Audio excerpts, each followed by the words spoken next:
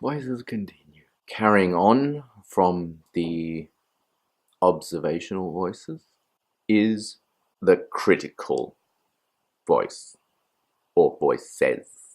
Now, you'd think that when you start hearing critical voices, that we would be like, hang on, something's going on here, right?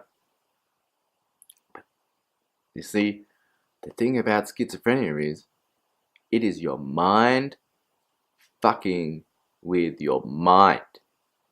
It knows how to get around itself so well. And if you've got a bit of an ego on, which, I mean, how can you not in this day and age? It'll play to your ego.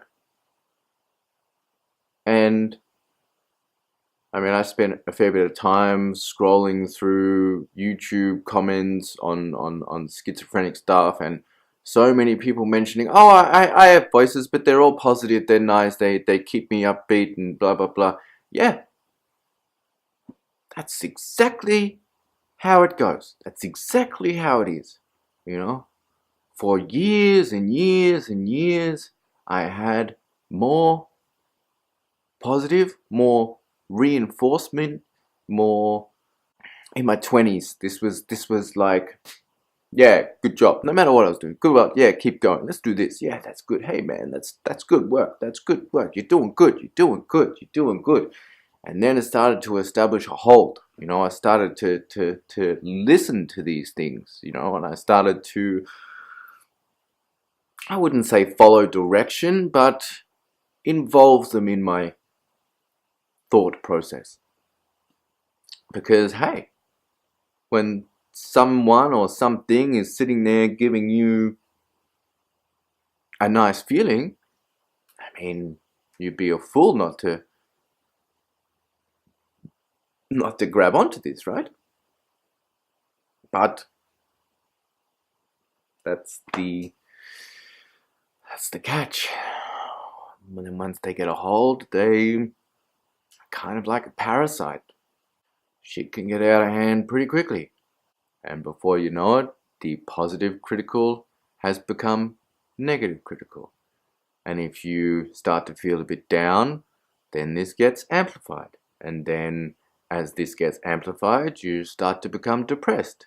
And then as you slip into depression, they really start to dig in. And before you know it, you are going down and down and down and down a bottomless pit. You know, and people say you just have to hit rock bottom to get back up. No, don't fucking wait for bottom. It is bottomless. You know where the bottom is? No, it's not there. Okay? It's not. The only time when people say I hit rock bottom is when they decided this is enough, and they either started to climb back up or grab onto the side as they slowly keep slipping down and slipping and slipping and grabbing and slipping and grabbing and slipping and slowly coming to a stop before slowly climbing back up and slipping back down and back up and slipping back down, and or they kill themselves because they're waiting to hit rock bottom. They're waiting to reach this point where they're like, okay, now I can turn, I've hit the bottom, now I can go back up again. There is no bottom. There isn't. Now I have had a lot of physical pain. I've born with shit, constant physical pain. If I have to pick a constant in my life, it is physical fucking pain. But there is nothing really. I've had root canals, emergency tooth surgery at 3-4 o'clock in the mornings.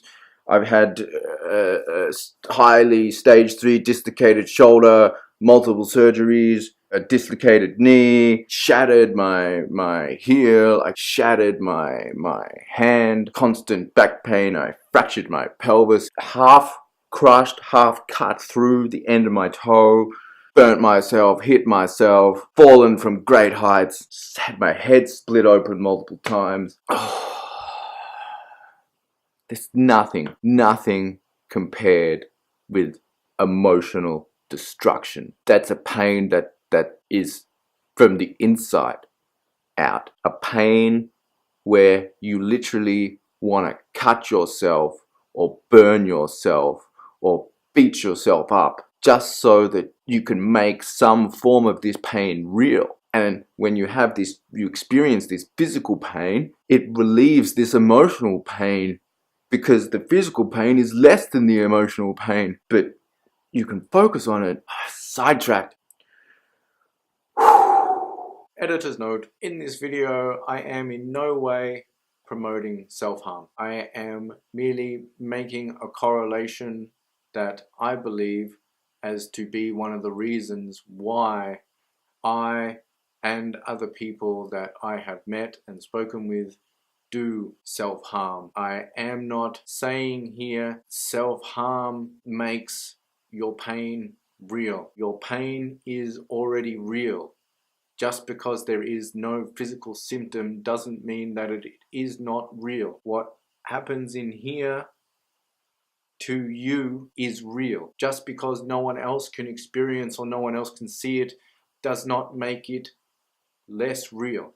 That is your reality. Personally, I am not qualified to give advice on this topic. I obviously have my opinions and my thoughts on this issue, and maybe I will make a video about that. But just to be clear, I am not in any way saying self-harm is beneficial. End editor's note. Voices will continue.